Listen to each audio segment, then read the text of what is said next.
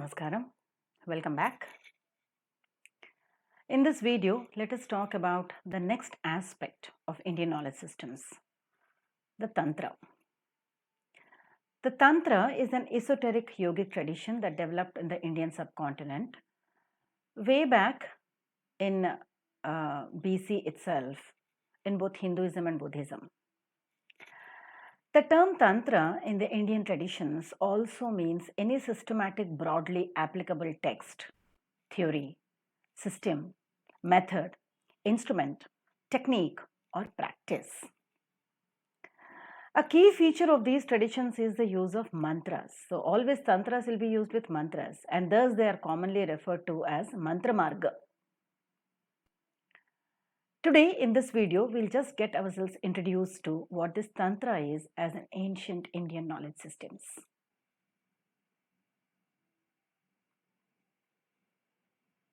Tantra is a profound and multifaceted spiritual tradition originating in ancient India, evolving over millennia.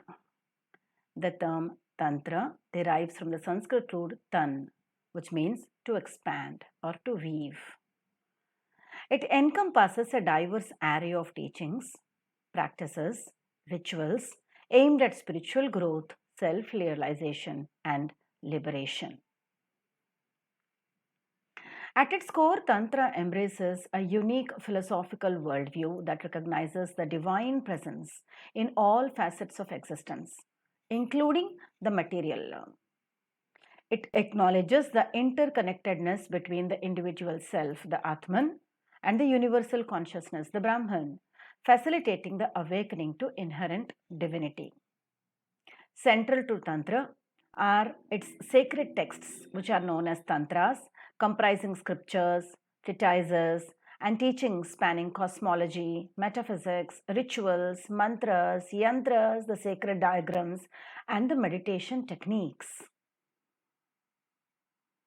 Utilizing the sacred sound mantra and symbolic form the yantra, Tantra employs these as potent instruments for spiritual transformation and realization. Mantras, sacred chants or incantations are recited or meditated upon to invoke divine energies and elevate consciousness. Yantras, intricate geometric diagrams, as you could see on top, that is a Surya Yantra that is there. Beneath that, you have a mantra, Om Bhurbhuvaswaha Tatsavitur Varenyam Bhargo Devasya Dhimahi Dhiyo Yonah Prachodayat. That is the Gayatri mantra. And along with yantra and mantra, you have a specific way in which to invoke the deities, and that is what is called as Tantra.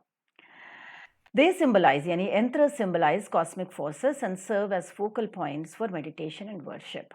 So you have, in Tantra Shastra, you have a yantra, which is nothing but a geometric diagram that is drawn, and then you have a mantra, the sacred chants or the incantations related to the yantra, and there is a Tantra, a specific way in which you can recite it to invoke the deity. All three together, when it is done in a systematic way, it is what is called as the Tantra Shastra. It integrates a rich tapestry of rituals, ceremonies, and practices designed to purify the body, mind, and spirit while nurturing spiritual awakening.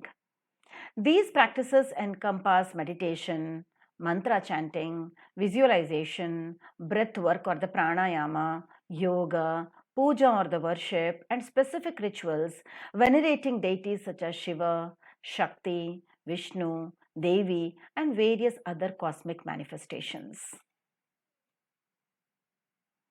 Within Tantra, you have Hatha Yoga, Kundalini Yoga, Laya Yoga, which are very important, aiming to awaken the dormant spiritual energy, which is called as Kundalini, which is present in almost all of us, beneath the spine, at the base of the spine rather, and elevate it through subtle energy channels, which are called as nadis, to achieve heightened states of consciousness and realization, is what is called as Tantra.